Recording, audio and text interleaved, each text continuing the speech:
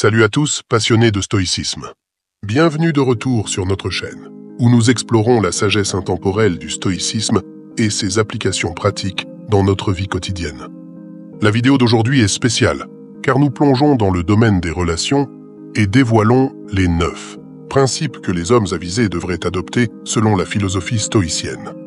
Alors, si vous êtes prêts à cultiver un état d'esprit qui résiste à l'épreuve du temps en matière de relations, vous êtes au bon endroit.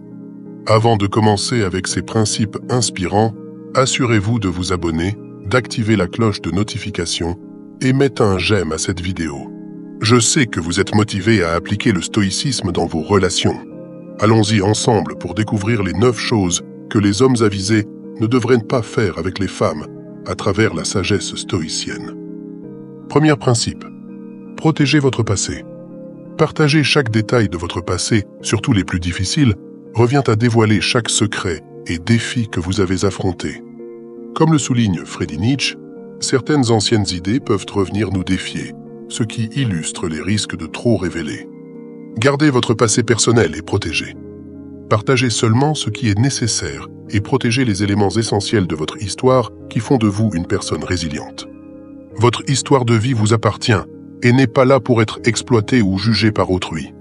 Deuxième principe. Affrontez la peur de la solitude.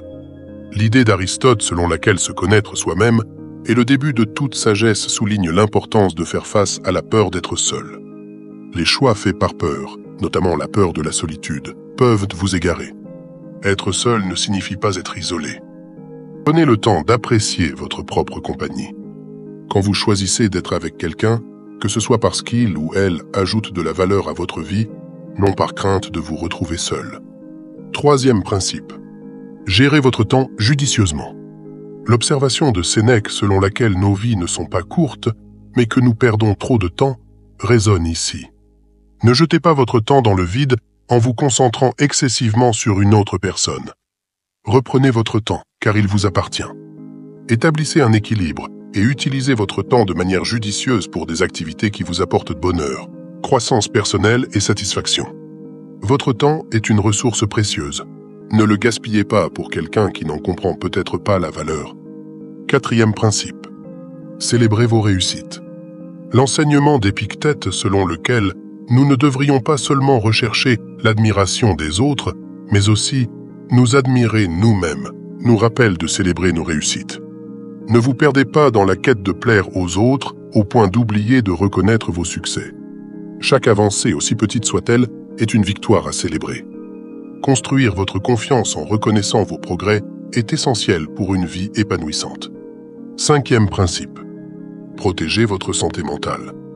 Blesser votre santé mentale pour quelqu'un d'autre revient à brûler votre maison pour les réchauffer, un acte nuisible et insensé. Votre santé mentale et votre bonheur ne doivent jamais être sacrifiés pour les autres. Reprenez le contrôle, protégez votre paix avec ferveur et renforcez votre force mentale. Ne laissez personne vous priver de votre joie. Vous êtes maître de votre esprit. Votre bonheur n'est pas une marchandise à échanger. C'est un aspect non négociable de votre bien-être. Sixtime principe.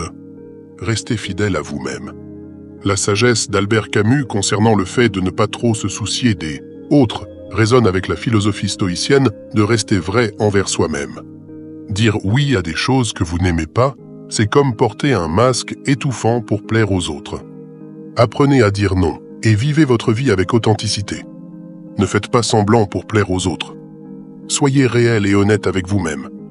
Rappelez-vous que vous êtes le personnage principal de votre vie, pas un personnage secondaire dans celle des autres. Septième principe. Ne sacrifiez pas votre chemin pour les autres. Sénèque a judicieusement remarqué qu'essayer d'être partout signifie n'être vraiment nulle part. De même, changer votre vie uniquement pour correspondre aux attentes des autres revient à porter des chaussures trop serrées. C'est douloureux et inutile. Chaque pas pour se conformer aux attentes des autres vous éloigne de votre propre chemin et vous fait perdre de vue vos objectifs. Embrassez votre singularité et soyez fiers de vos propres couleurs. Ne compromettez pas votre chemin pour celui des autres. Parcourez votre propre voie avec assurance, car votre vie est destinée à refléter authentiquement vos aspirations. Huitième principe. Privilégiez les relations avec vos amis et votre famille. L'analogie de Platon, selon laquelle les gens sont comme un sol qui peut soit vous aider à grandir, soit freiner votre croissance, souligne l'importance de maintenir des liens avec ses amis et sa famille. Les repousser pour obtenir l'approbation de quelqu'un d'autre est une erreur. Reconnectez-vous avec ceux qui vous ont toujours soutenu, car vos amis et votre famille constituent la base solide de votre système de soutien. Ne risquez pas de briser ce réseau de soutien. Valorisez ceux qui ont été essentiels à votre croissance. 9e principe. Évitez la dévotion obsessionnelle. Marc Aurèle a mis en garde contre l'obsession excessive pour une personne, car cela perturbe votre équilibre et vous aveugle à votre propre valeur. Comme un satellite en orbite infinie, trop se fixer sur quelqu'un d'autre fait disparaître vos rêves et votre singularité. Reprenez le contrôle. Arrêtez d'être une ombre, de vivre selon leurs règles et commencez à briller comme votre propre soleil. Rappelez-vous, votre vie n'est pas un rôle secondaire dans l'histoire de quelqu'un d'autre. Vous êtes la star de votre propre narration. Ne laissez personne éteindre votre éclat. Merci de nous avoir rejoints dans ce voyage au cœur du stoïcisme, où la sagesse rencontre les relations. Rappelez-vous, adopter des principes stoïciens n'est pas une question de règles spécifiques au genre, mais de cultiver un état d'esprit qui transcende les défis de tous les aspects de la vie. Alors que nous avons exploré les 9 choses que les hommes avisés ne devraient pas faire avec les femmes à travers la lentille du stoïcisme, nous espérons que vous avez trouvé des idées précieuses pour naviguer dans les relations avec conscience et vertu.